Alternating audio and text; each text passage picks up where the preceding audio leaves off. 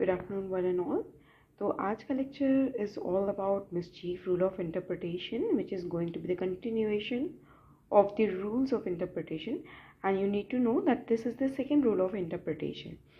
इस particular chapter के अंदर हम इसके origin की बात करेंगे, background की बात करेंगे. What is the meaning of mischief rule of interpretation? Why is it called Hayden's rule? Hayden का case discuss करेंगे और like one or two most important case laws. तो किसी भी क्वेश्चन से रिलेटेड एक इफेक्टिव आंसर राइटिंग के लिए यू नीड टू अंडरस्टैंड कि उस पर्टिकुलर सब्जेक्ट मैटर के अंदर what are the important terminologies you need to present in your answer. तो जैसे कि अगर हम मिस्चीफ रूल की बात कर रहे हैं तो आपको कुछ इंपॉर्टेंट टर्म्स तो डालने हैं. अमंग विच इज जो फर्स्ट पॉइंटर यहाँ पर दिख रहा है कि मिस्चीफ रूल ऑफ इंटरप्रिटेशन को हेडन्स रूल भी कहा जाता है या रूल ऑफ पर्पसिव कंस्ट्रक्शन. तो सबसे पहले आपको ये बताना है कि what are the synonymous names of this mischief rule of interpretation. अब यहाँ पर हम नेक्स्ट जो चीज़ डिस्कस करने वाले हैं वो ये कि यहाँ पर जो मिस्चीफ टर्म का यूसेज है इसे हम नॉर्मली कैसे समझते हैं. तो मिस्चीफ वर्ड को नॉर्मली यूसेज में हम समझते हैं किसी भी तरह की एक स्पेसिफिक इंजरी या डैमेज जो किसी भी दूसरे इंसान के एक्शन या इनएक्शन से कॉज हो रही हो. Now you might be thinking then what is this mischief rule of interpretation, because if it is causing some injury or damage to other person, how is it going to help the judiciary in interpreting the provisions or the legislations. तो यहाँ पर हमें कहने का मतलब है mischief rule of interpretation को नाम इसलिए है क्योंकि ये प्रोविजंस के जो शब्द हैं जिनके द्वारा किसी भी तरह की एम्बिगिटी अराइज हुई है या कन्फ्यूजन अराइज हुआ है उसको उस एम्बिग्यूटी की वजह से उस प्रोविजन का मिसयूज ना होने पाए, इस वजह से हम मिस्चीफ रूल ऑफ इंटरप्रिटेशन का इस्तेमाल करते हैं. And that is the reason it has been named so because it focuses on curing that mischief. So as per this rule a statute must be construed in such a way as to suppress the mischief. And you need to understand कि किसी भी piece of legislation के अंदर अगर उसके provisions के लिखे हुए शब्दों में किसी भी तरह की एम्बिग्यूटी आ रही है और उस एम्बिग्यूटी से हम उसको मिस इंटरप्रेट कर रहे हैं या उस प्रोविजन को मिस यूज़ कर रहे हैं अपने फेवर में, तो उस सिचुएशन को रिमूव करने के लिए इस पर्टिकुलर रूल ऑफ इंटरप्रिटेशन को हम इस्तेमाल करते हैं. So as in the beginning I have told you कि इस पर्टिकुलर रूल ऑफ इंटरप्रिटेशन को हम हेडन्स रूल ऑफ इंटरप्रिटेशन भी कहते हैं. तो सबसे पहले हमें ये जानना है कि ये हेडन्स रूल या हेडन्स केस एक्चुअली है क्या. तो आप यहाँ पर देख पा रहे होंगे I have written 2 pointers over here कि ये पर्टिकुलर रूल ट्रेस बैक किया जाता है हेडन केस से जो कि वॉज द ईयर 1584. एंड इस पर्टिकुलर केस लॉ के अंदर 4 क्राइटेरियाज मेंशन किए गए थे जिसको मेट आउट करना पड़ेगा to apply this particular rule of interpretation. So now let's just have a quick review of this particular case of Heydon. So Heydon का जो केस लॉ है ये 1584 का केस है.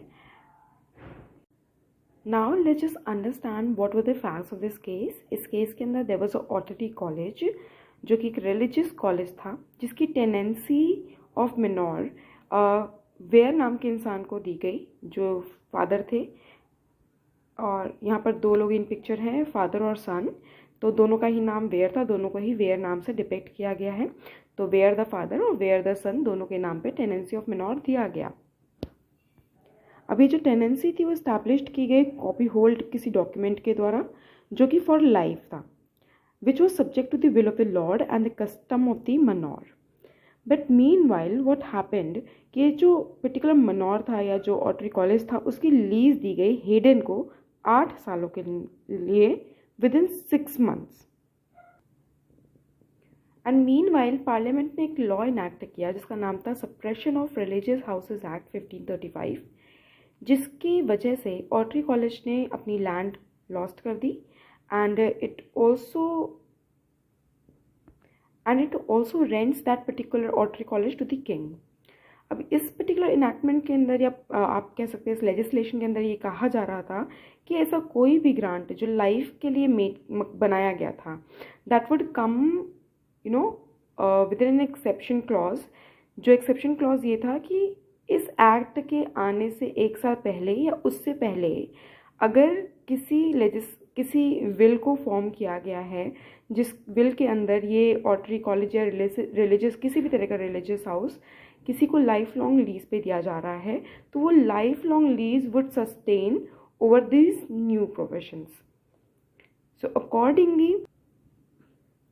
अकॉर्डिंगली यहाँ पर मिसचीफ रूल का एप्लीकेशन किया गया और प्रोविजन को मिसअंडरस्टूड ना करते हुए ये कहा गया कि जो वेयर्स यानी जो फादर और सन दोनों वेयर नाम के लोग थे उनके फेवर में जो ग्रांट था लाइफ लॉन्ग वाला वो that would continue to exist and the lease in the favour of Heydon was considered as void. So accordingly Heydon's case के अंदर ही 4 क्राइटेरिया प्रोवाइड किए गए आपके मिसचीफ रूल के एप्लीकेशन के लिए कि what was the common law before the making of the act और the statute, what was the mischief for which the present statute was enacted, what is the remedy to cure that mischief, and lastly what is the true reasoning behind that remedy. तो जो noting point है या notable point है आप कह सकते हैं वो ये है कि मिसचीफ रूल का कोर पर्पस ये है पता करना कि आखिर मिसचीफ क्या अराइज हुई है और उस मिसचीफ को रिमूव करना एक रेमेडी की एडवांसमेंट के थ्रू. इन ऑब्वियसली एंड यहाँ पर आप देख रहे होंगे मैंने एक लास्ट सब हेडर बनाया है जो दोनों ही अलग अलग हेडर्स से आ रहा है और एक में मर्ज हो रहा है. वो ये है कि अगर हम इंटेंशन ऑफ द लेजिस्लेचर को अवॉइड करके इन चीज़ों को कर रहे हैं तो that would not be fruitful. Rather we need to to find out the mischief and we also need to provide for some remedy to cure that mischief only in accordance with the intent of the legislature, because you know now that the basic purpose of studying this interpretation of a statute is what? To find out the true intention of the legislature. Next comes the case of Smith versus Hugh, which is the most important case law under the mischief rule of interpretation and is the apt example of it. अगर आपसे mischief rule के बारे में कोई भी question rise होता है तो आप अगर स्मिथ वर्सेस ह्यूग का केस या हेडन्स केस नहीं बताते तो आपका answer would be considered as an incomplete answer. तो स्मिथ वर्सेस ह्यूग के केस के अंदर क्या होता है कि ये स्ट्रीट ऑफेंसेस एक्ट 1959 के अराउंड रिवॉल्व करता है. जो एक्ट ये बोलता है कि प्रोस्टिट्यूट्स जो हैं they would be prohibited from soliciting on the roads to the passing public. अब इस एक्ट के इनैक्ट होने के बाद जो प्रोस्टिट्यूट थी उन्होंने क्या समझा कि ये जो प्रोविजन है वो ये कह रहा है कि हमें सड़कों पे अपना बिजनेस सॉलिसिट नहीं करना है, but we can obviously solicit our business from our windows from our balconies. तो अब ये जो उनकी ये कन्फ्यूजन हुई इस प्रोविजन की वजह से यहाँ ही मिसचीफ अराइज हुई. अब ये मिसचीफ जो है इसने actual intention of the legislature को डिफीट कर दिया. तो उन प्रोस्टिट्यूट्स को चार्ज किया गया under section 1 sub clause 1 of the Street Offences Act, stating that it shall be an offence for a person aged 18 or over, whether male or female, persistently to loiter or solicit in a street or public place for prostitution.